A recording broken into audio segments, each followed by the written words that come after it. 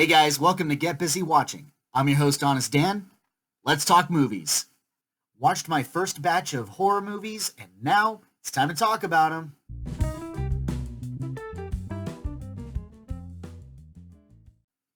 Sorry, totally forgot to open this. Cheers. Yep, that tastes like $4 wine. Terrifier. The story follows a pair of drunk friends leaving a Halloween party looking for a place to unwind, only to find themselves being stalked by a creepy-looking clown hell-bent on killing them. Nope, I hated this one. I have very few positives to talk about, so I'm just gonna belch them out right quick. Art the Clown is actually a pretty unique design. The black and white color scheme, his quiet nature, it's all effectively creepy.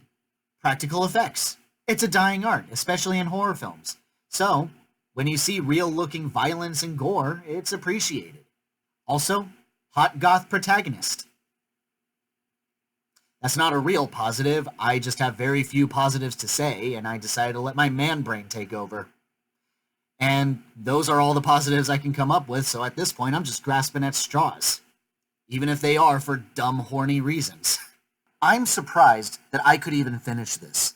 Movies like this only ever reinforced my adolescent views of horror films. The main characters are bland, so when they die, I don't care. So all I'm left with is hollow violence. This would be fine if the victims were unlikable, so the violence is rewarding, but no, I'm supposed to care. But they die anyway, so no matter how this movie ends, I was never gonna be satisfied. Characters enter the picture just to be obvious victims, we know nothing about them, and above all else, it's just not scary. It's not even tense. I mean, Art uses a fucking gun to kill someone at some point. How fucking lame is that of this slasher killer? If you enjoyed this film, more power to you, but this is definitely not my cup of tea. My honest rating for Terrifier, a 2 out of 5. Tucker and Dale vs. Evil. The story follows a pair of hillbilly friends going out for a weekend getaway at a cabin. However, they happen across a group of college kids who see the pair as creepy or even dangerous. After one of the kids gets hurt, Tucker and Dale tend to her wounds, but the others think they're dragging her away for nefarious reasons and plot to attack the duo. Oh boy, here's an October favorite of mine. Very similar to Cabin in the Woods, it's a parody of horror films, in this case, slashers. It flips the concept on its head, making the would-be hillbilly killers the victims and the college kids the antagonists, and it's hysterical. I love how sweet-natured our heroes are, getting you perfectly invested in their respective mishaps, especially poor Alan Tudyk, who is this film's designated punching bag. Wash. Gone, but never forgotten. Also, anyone else a Kyle XY fan? Anyone else somehow a fan of Shalon Simmons? She's amazing here as this dumb, hysterical blonde running around in heels and just can't seem to light her cigarette. How does she manage to be the only ditzy bimbo that I care about? The violence is brutal but always gets a laugh out of me, but more surprisingly, it's got a lot of heart. Rare among both horror films and comedies, yet it does both beautifully, making this a staple of Halloween for me. The only reason I didn't include it in my top 6 list is because it's not exactly a divisive flick. It's a cult darling, but most anyone who has seen it generally really likes it. So it's not quite as challenging as Cabin in the Woods, but it's still just as clever and fun. My honest rating for Tucker and Dale vs. Evil, a 5 out of 5.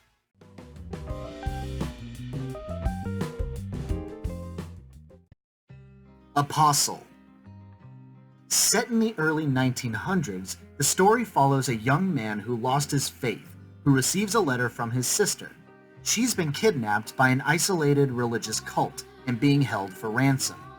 Taking advantage of them not knowing his face, he arrives at their island under the guise of a convert. He searches for his sister, only to realize that the cult harbors supernatural forces and the cult's leadership begins to fracture. It's okay. It definitely has a lot going for it. Despite some poor choices in the past, Dan Stevens is a pretty good actor. And his soul-impaling eyes sure are hard to get out of. Also, anything with Lucy Boynton will immediately ensure that I won't hate it. She's such a great talent, and this is no different. And Michael Sheen as a cult leader? And he's a nutbag? This is something I needed in my life. The performances all around are really good. The mystery of this island, the desperation to provide for everyone, the freaky imagery, it sure does keep you from being bored. I think my issues stem from the film's level of predictability, slow pace, and attempts at throwing new elements to the story out of nowhere. A dark religious movie with a forbidden young love, gee, this is going to end well. The core of the story is supposed to be about Thomas looking for his sister, but the movie has to halt itself to show off Sheen and his nutty personality. Hell, the plot seems more like an excuse. It's hard to complain, as Sheen is one of the most charismatic actors of the last 20 years, but the plot doesn't exactly move itself along. What this movie wanted to do was show off disturbing imagery of a farmland going bad. It's got some strong moments, and the initial viewing does pique your interest, but as a whole package, not bad, but not my cup of tea. My honest rating for Apostle, a 3 out of 5.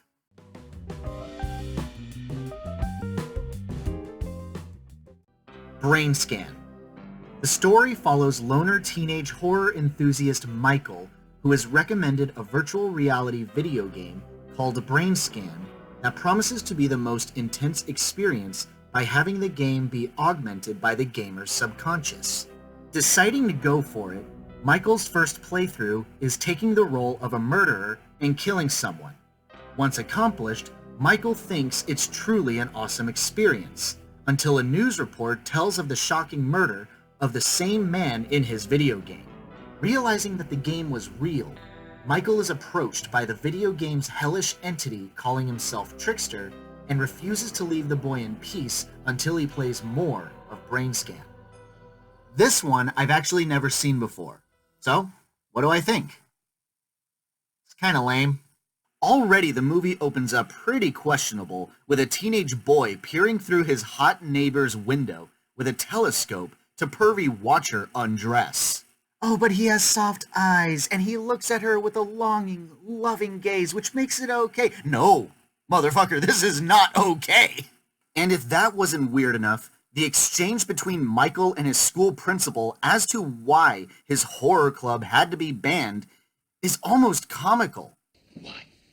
Why do you watch these films? I guess it's kind of an escape. Like watching a pornographic sex film, getting an erection, and raping someone? Is that what you mean? What the fuck am I watching right now? Was this movie made by an anti-gamer? Jeez! From this point on, it's basically an unsubtle bore. I think the movie would have worked better if the BRAINSCAN game actually had video game graphics to at least try and mask the real-world murders, but it's shot live action, so you know where the movie is gonna go. But once it happens, now it's that cliche of, no, I'm not going to play your game again, which seemingly has no consequences for not playing, other than an ambiguous, eventually the cops will get you. Even though BRAINSCAN's sole objective is to get rid of any evidence that would point to Michael, and just generally try to not act suspicious, even though he clearly acts suspicious. Man, poor Edward Furlong. Truly an actor who was only ever as good as the script he's handed or the directors working with him. How do you go from an incredible performance in Terminator 2, but then campy and overacting performances in this or something like Pet Sematary 2? Ooh, there's an idea for a future review. Anyway, I guess I can appreciate that this movie was pushing to make Trickster a 90s monster villain in the same vein as Freddy Krueger and Jason Voorhees, but his design is so 90s that he would feel more at home as an alien in Star Trek or something. I guess I also got a few laughs out of some scenes as well. I mean, Furlong chasing a dog with a foot in its mouth was bound to get a giggle, and casually telling that same dog to leave him alone when the police are looking for him, it can get amusingly ridiculous at times. As a casual gamer myself, this should have been something right up my alley, but it's kind of a letdown. But I give credit. This is the kind of movie that would actually benefit from a remake or just an update in general.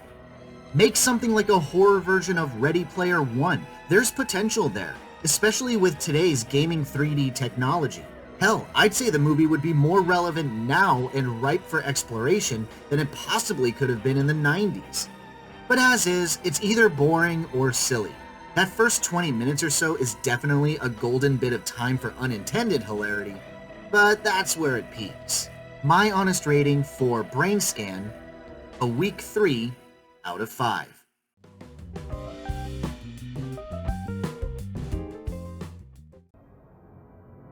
Cube. The story follows a small group of people that find themselves trapped in a maze of conjoined cubes, some with nothing in them, but others with deadly traps. What starts off as a need to band together and figure out how to safely escape their deadly confinement, slowly the group begins to turn on each other. This one I've also never seen before, so what do I think? It's not bad, actually. Especially when measuring it up against other movies with a similar premise.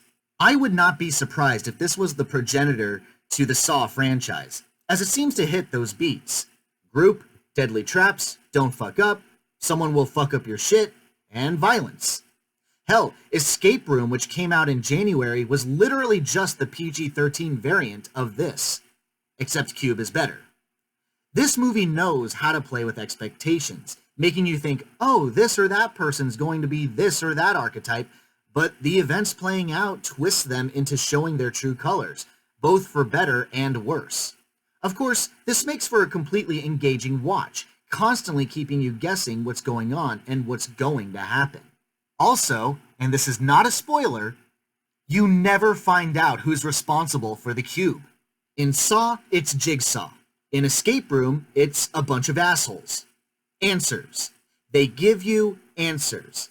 Normally this isn't a huge deal for me, just par the course and the choices of the writers.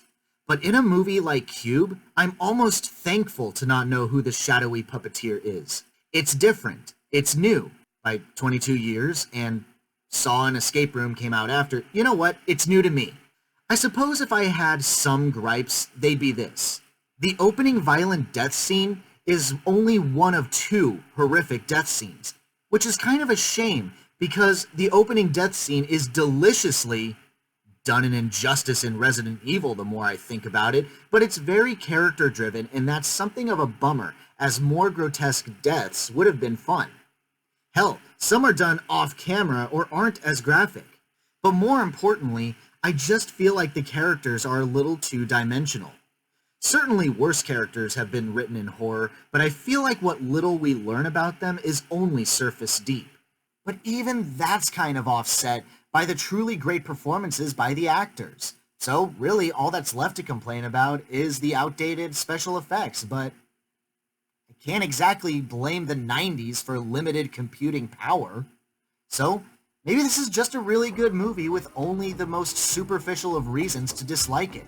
I have to say, I was pleasantly surprised by this, and I am super glad that I got to watch it, and highly recommend any horror fan to check it out. My honest rating for Cube, a 4 out of 5.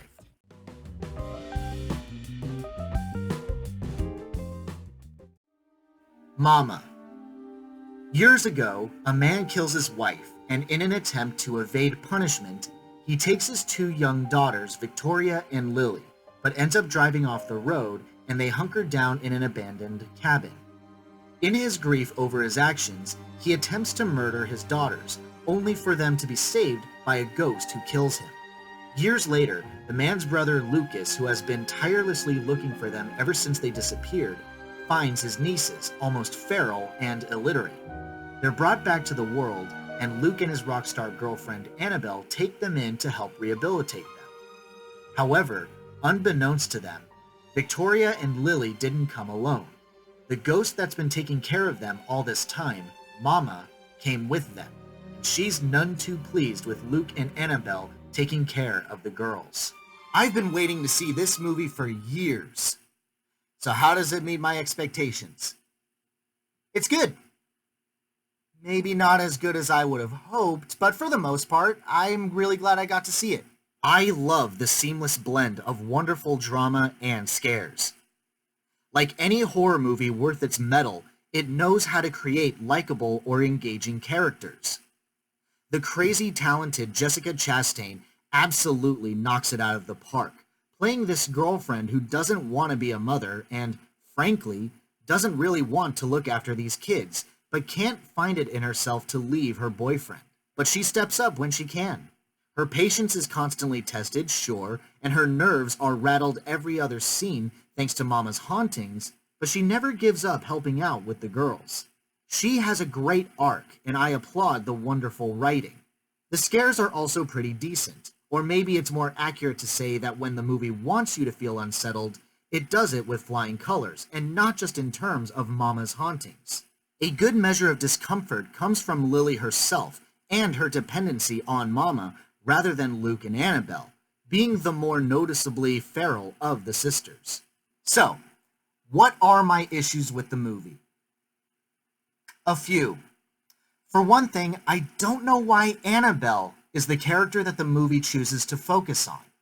The girl's father commits horrible acts. His twin brother never gave up on looking for them for years.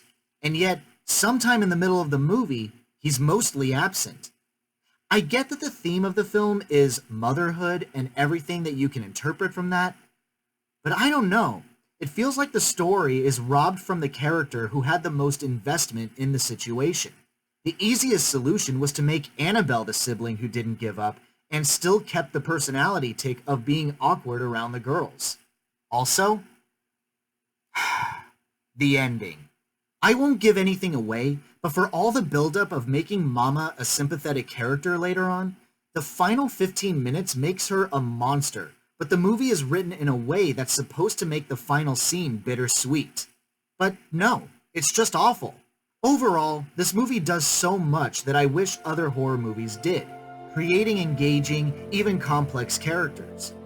But the ball drops when it comes to the monster itself and the ending, which didn't sit right with me at all. I wouldn't say it ruins the entire experience, but it does leave a bad taste in the mouth, discouraging many repeat viewings. Still, if you haven't seen this, I recommend checking it out. For all its flaws, it's still an intriguing watch for anyone looking for a good scare.